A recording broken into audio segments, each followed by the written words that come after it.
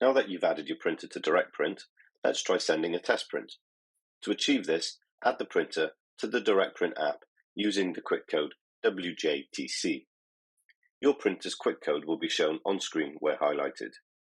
If you're using Windows or Mac, launch the Apps tab using the shortcut or navigate to Chrome://Apps, then select the DirectPrint app.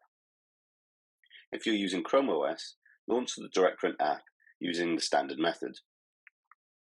Once the app is launched, enter your QuickCode into the text entry field. For me, this is WJTC. Now that the printer has been added, invoke the print dialog using File, then Print. You should see the printer listed. If not, click See More and find the printer in the list. Finally, hit Print. If your printer is unsuccessful, use the link on the page to help diagnose the problem.